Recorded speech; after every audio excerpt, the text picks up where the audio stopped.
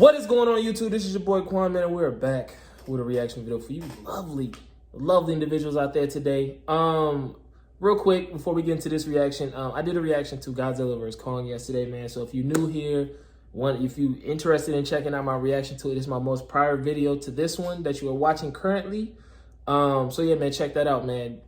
Highly anticipated movie. Been waiting on that movie for years, but anyway, that was a quick side note. This is a video that I have put off for, I've been doing football reactions, what, 5 months now, I think? No, it hasn't been that long, has it?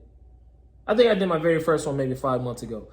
And you guys kept spamming this video, and I just kept putting it off. I'm very hard-headed, and I'm thinking like, okay, I'll learn as I watch. You know what I mean? Like, the more you watch, you'll learn. So I thought, right? But then I playing FIFA, which also have I do FIFA career mode.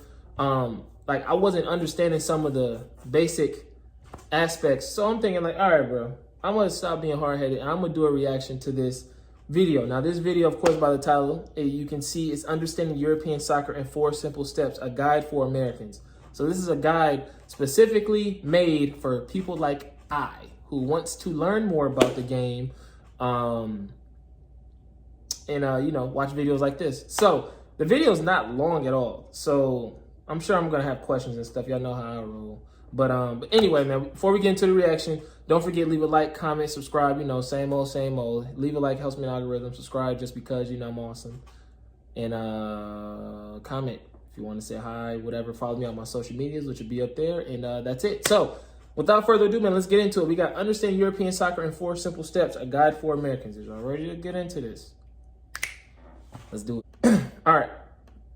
Check it out. Welcome to Understanding Soccer in Europe in 4 Simple Steps, a guide for Americans. Although from the outside it may seem complex and confusing, to understand how soccer works in Europe, you really only need to know 4 things. Number 1, each country has its own soccer league. Seasons run from August to May, in which each team plays every other team twice, once at home and once on the road. Games are divided into 2 45-minute halves, and when the game is over, the winner is awarded 3 points, the loser 0, and in the event of a tie, each team gets 1 point. After each team has played all the other teams twice, the team with the most points is crowned champion of the league. They get a big trophy, a parade. I feel like he just threw a lot of. Hold on 1 second. Once at home and once on the road. Games are divided into 2 45-minute halves. Okay, I knew that. When the game is over, the winner is awarded 3 points, the loser 0, and in the event of a tie, each team gets 1 point. After each team has played all the other teams twice, the team with the most points is crowned champion of the league. They get a big trophy, a parade, and the season is over.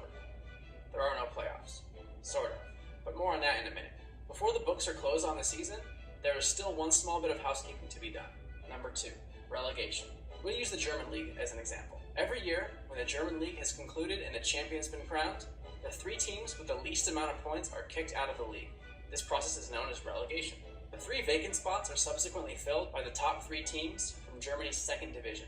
And unlike, say, baseball in the US, teams in the 2nd and subsequent divisions are not owned by teams in the top division. Imagine if the Pittsburgh Pirates or Oakland Raiders had to fight at the end of each season just to stay in the league. What if instead of coasting to the bottom for better draft picks, they were fighting to the bitter end to avoid the $40 million revenue loss that relegated teams suffer in the first year alone? Not to mention the fact that in England, 9 different teams have gone financially insolvent within 5 years of relegation. Okay, interesting enough, you're thinking. But what about that whole lack of playoffs part? Number 3. Each country also holds an elimination-style tournament, referred to as a cup. But instead of being held after the 9-month league is over, cup games are scheduled in between league games, normally in the middle of the week.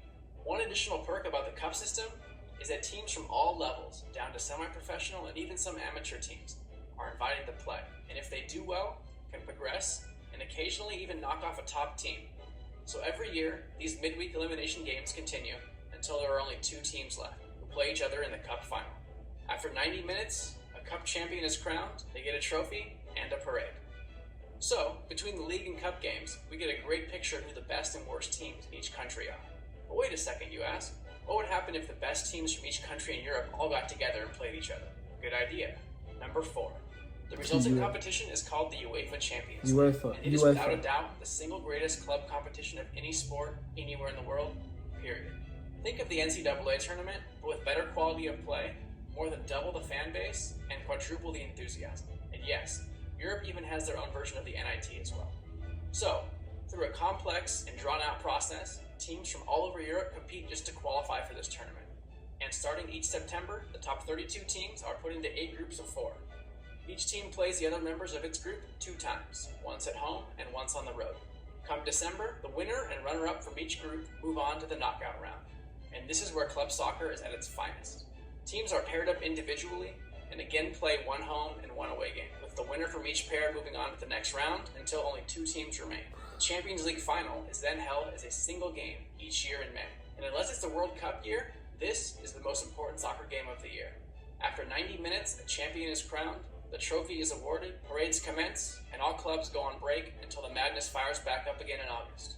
So, to review, number 1, each country has its own league. Number 2, the worst teams are kicked out of the league and replaced by the best teams from the next division down. Number 3, throughout the year, each country also holds a playoff-type tournament called a cup. And number 4, the UEFA Champions League is a tournament involving all of Europe and is the most important competition in all of club soccer.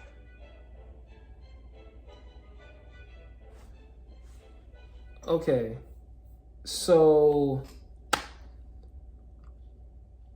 don't really know what I expected prior. I thought maybe this video would kind of inform me as far as like penalties, you know, just like simple things within the game. That kind of like just like let me know, which I didn't know, like whatever he just said, not whatever he just said, but as far as like the relegations and all of that, I had no idea that was a thing. I was pronouncing it UEFA, which is, as you can see, totally wrong. It's the UEFA. Well, what else was it? What was the first thing? Each country has its own league. Hold on.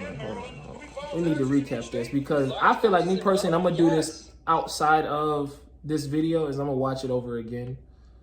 But you had each country has its own league, and so like the play, each team once at home, once away. So like if you guys, and I've gotten you guys to tell me that you guys want me to do like NBA things because a lot of you guys don't really know about the NBA, especially if you guys are from overseas. But like I'll give you an example. So the LA Lakers and the LA Clippers, they're in the same conference, right? So with them being in the same conference, both being the Western Conference, they play each other 4 times a year.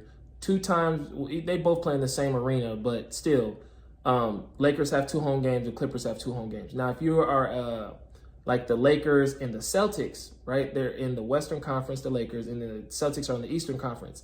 So the Lakers play them once at home, and then the Celtics play the Lakers once in their home territory. So that's kind of like how I kind of translate that. And again, if you guys are new, I kind of do that to try to get a better understanding of what's going on. So I understand that aspect.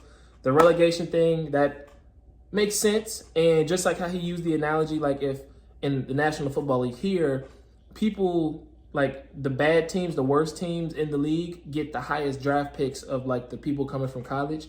They get the number 1 overall pick, number 2 overall pick. NBA does things differently. Whereas in football, the worst teams get removed from that top league, and then they bring the top 3 teams from the second division up. So I understand that. Of course, I understand it in my own terms, but definitely let me know down below if there's a video out there that kind of lets you know like the rules and regulations a little bit. I kind of want to get more in tune with that because, boy, I do not be understanding some of the rules, and especially when I play FIFA, like to prevent offsides, you know, things of that nature. So hopefully you guys enjoyed this video. Again, this has been a video I've did months ago. Of course, me going forward now, I'll understand, you know, more of that, but I kind of want to know more about the rule side of it. So let me know down below in the comment section. Message me on Instagram. Link me any type of videos that you guys can find. I'll bring that to you guys. Don't forget to leave a like, comment, subscribe. I hope you have a blessed rest of your day, night, evening, whenever you watch this video.